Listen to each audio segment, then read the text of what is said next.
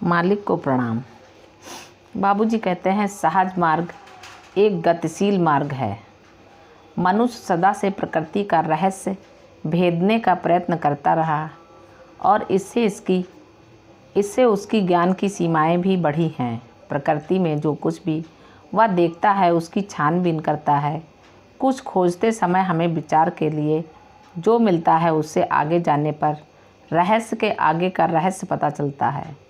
इस तरह चिंतन का विकास होता जाता है और हमें पता चलता जाता है कि किसके पीछे क्या है। हमारे पूर्वजों ने जब इसमें झांका तो संसार के चरम कारण मनुष्य और ईश्वर के संबंध और प्रकृति को निरूपित करने वाली चीज़ों के स्थिर और गतिशील मूल्यों की जानकारी तक वे सीधे पहुंच गए। यदि हम इसमें झांकें तो हमें वहाँ परमाणुओं और कोशिकाओं के रूप में रचनात्मक और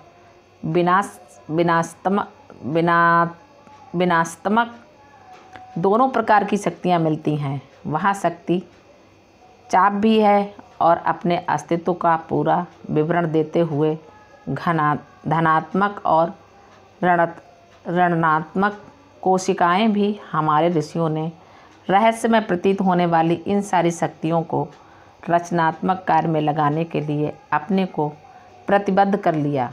वे प्रत्येक वस्तु के परे गए जिससे सारी सृष्टि के कारण का पता लगा। जब हम इस सीमा तक पहुंचते हैं तो केंद्र और उसका क्षेत्र हमें अपने अस्तित्व की जानकारी देते हुए दिखाते हैं। हम और आगे बढ़ते हैं, इसके ऊपर और नीचे क्या है इसका पता लगाने पर हम पाते हैं कि हर चीज़ केंद्र की ओर चल रही है और केंद्र स्वयं परिधि की ओर मुंह खोले हुए है। अपूर्व अनुभव के बाद हमें अपने अस्तित्व का मूल्य समझ में आता है और अपने चारों ओर विद्यमान उच्चतम शक्ति के सहयोग का अनुभव होता है। हमारे चिंतन की यह मुख्य धारा है जो हमारा ध्यान मुख्य प्रसंग की ओर मोड़ देती है। धीरे धीरे हम मानव शरीर में चाल की क्रिया को जान पाते हैं। केंद्रीय क्षेत्र की ओर जाने वाला रास्ता खुल जाता है। यदि हम किसी तरह अपने जीवन की समस्या को सुलझा लेते हैं तो मेरी समझ में हमने रहस्य सुलझा लिया। अपने मनस का दर्शन करने पर हम पाते हैं कि मनुष्य विश्व का सार तत्व है।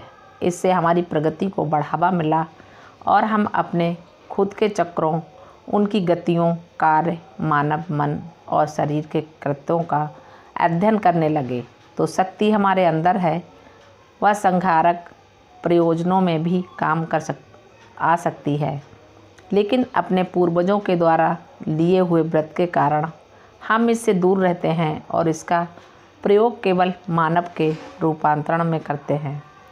रचनात्मक पक्ष की ओर झांकने पर हमें साथ में विनाशकारी चीज़ें भी मिलती हैं और तटस्थ तत्व भी, जिनका वैज्ञानिकों को अभी अन्वेषण करना है। चूँकि इन चीज़ों से हमारा कोई सरोकार नहीं है, इसलिए हम इसे यहीं छोड़ देते हैं। हम फिर से रचनात्मक पक्ष की ओर आते हैं। जब हम इस विचार से अपने अंदर झांकते हैं तो नीचे के चक्रों पर उच्चतर चक्रों को प्रकाश डालते हुए पाते हैं, लेकिन हमारे गलत चिंतन और क्रियाओं के कारण उन पर जड़ता की इतनी मोटी परत जम गई है कि वे बिल्कुल अभेद हो गए हैं। मानव शरीर में जाने कितने चक्र हैं जिनका आध्यात्मिक महत्व भी है और संसारिक भी। मानव जाति के कल्याण के लिए उनको समझना और उन पर शोध करना बहुत आवश्यक है।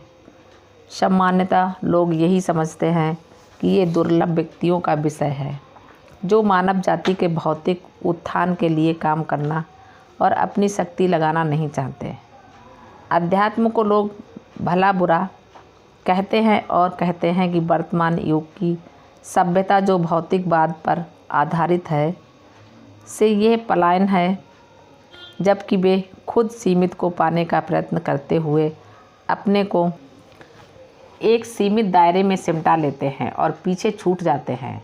उनमें यह विचार होना चाहिए कि हम सीमित से असीम की ओर बढ़ रहे हैं और हमें इस सीमितता को असीम में विलीन कर देना है। दूसरे शब्दों में, सीमितता को चमकदार बनाकर ही हम मूल आधार की ओर प्रयाण कर सकते हैं।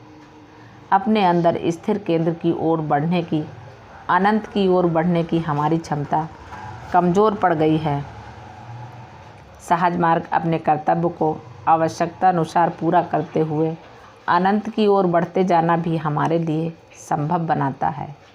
ये हमें बताता है कि अपने कर्तव्यों का पालन सबसे अधिक महत्वपूर्ण है। इसलिए हमें दोनों ही चीज़ों पर ध्यान देना है, दोनों पंखों से उड़ना सीखना है।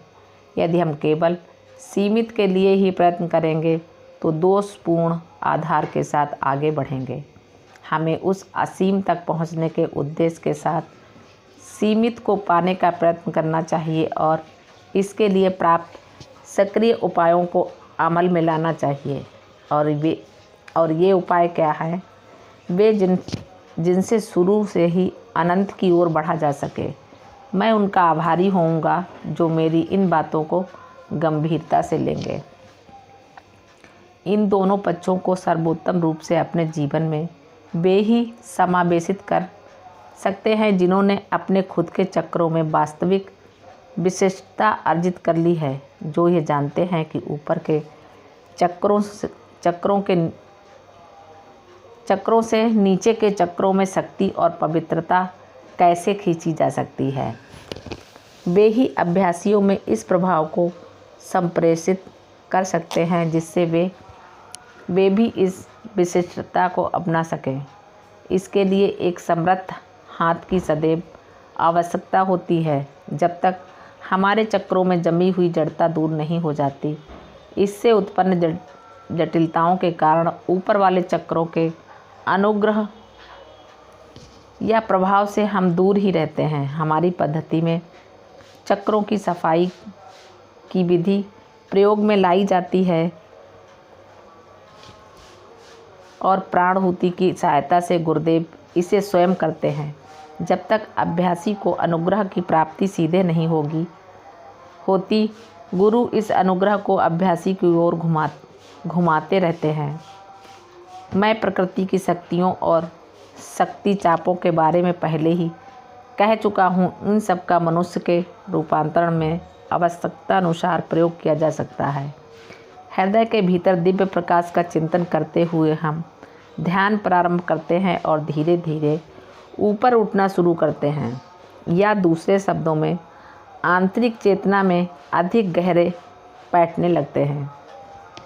परिणामतः हम विस्तार का अनुभव करने लगते हैं। ये पहला चरण है। इसका अर्थ है कि हमने अनंतता का बीज बो दिया है। दूसरे शब्दों में, उस वस्तु को जो हमारी नज़र से ओझल हो गई थी, हमने पुनः प्राप्त कर लिया। फिर दूसरा चरण आता है। हम हर जीवधारी में ईश्वर की उपस्थिति का अनुभव करने लगते हैं। तीसरे चरण में ये अवस्था भी बदल जाती है और हम अनुभव करने लगते हैं कि हर चीज़ ईश्वर से आई है और उसी की अभिव्यक्ति है। चौथे चरण में नकारात्मकता की अवस्था आती है। हम हर परमाणु और पदार्थ में एक रूपता पाने लगते हैं। योग मार्गदर्शक और सही रास्ते के होने पर हर व्यक्ति आवश्यक रूप से इन चरणों से गुजरता है। ज्यों-ज्यों हम आगे के क्षेत्र में बढ़ते हैं, ये चीज़ें विरल होती जाती हैं और धीरे धीरे हम ब्रह्मांड मंडल में पहुंच जाते हैं। यहाँ ये चीज़ें चालू रहती हैं, लेकिन ये अधिक हल्के रंगों में प्रतीत होती हैं।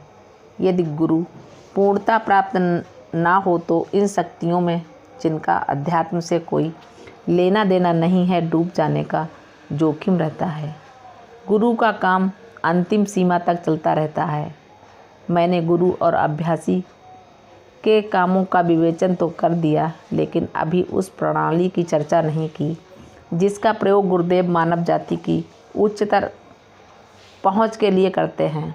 हृदय के चक्रों की, जिसकी सहायता से वे अपना कार्य करते हैं, और मन इंद्रियों को संयमित करने की विधि की चर्चा अभी मैंने आपसे नहीं की। मेरी मान्यता है कि अभ्यासी को गुरु के प्रति पूरी तरह आज्ञाकारी होना चाहिए। उसे गुरु पर विश्वास रखकर या कम से कम भरोसा रखकर आत्मविश्वास के साथ उसके निर्देशों का पालन करना चाहिए। लेकिन इसके लिए हमें पहले ऐसे गुरु की खोज करनी चाहिए जिसकी पहुंच अंतिम सीमा तक हो। गुरु का और उपनिषद के शब्दों में ऐसे शिष्य का मिलना बहुत कठिन है, लेकिन यदि आत्मानुभव के लिए दहकती हुई अभिलाषा हो तो गुरु शिष्य के द्वार तक पहुंच जाता है। विश्वास और संदेह दो चीज़ें हैं और दोनों की ही आवश्यकता हमें रहती है। लेकिन हमारी परेशानी ये है कि जहाँ हमें शंकालु होना चाहिए हम विश्वास कर लेते हैं, और जहाँ हमें विश्वास करना चाहिए वहाँ शंका कर बैठते हैं। अंत में मैं स्पष्ट रूप से बता दूं कि जिन्हें आत्म साक्षात्कार की उत्कृष्ट अभिलाषा है उनके लिए ऐसे गुरु को पाना बिल्कुल कठिन नहीं है। यदि सच्ची अभिलाषा है तो उसे सही रास्ता मिलेगा ही, और थोड़े समय के अंदर ही आत्म साक्षात्कार भी हो जाएगा। जब मनुष्य में सच्ची अभिलाषा जन्म ले लेती है तो वह केवल असली उद्देश्य तक पहुंचने के लिए ही काम करता है। हम में से ज़्यादातर लोग नित्य ईश्वर की पूजा और प्रार्थना करते हैं, लेकिन केवल अपनी इंद्रियों की तुष्टि के लिए। इससे प्राप्त मानसिक सुख, इंद्रिय सुख में हम इतने फंस जाते हैं कि आत्म साक्षात्कार की तरफ हमारा प्रवृत्त हो पाना भी मुश्किल हो जाता है। मालिक को प्रणाम। सभी अभ्यासी भाई बहनों को नमस्कार। धन्यवाद।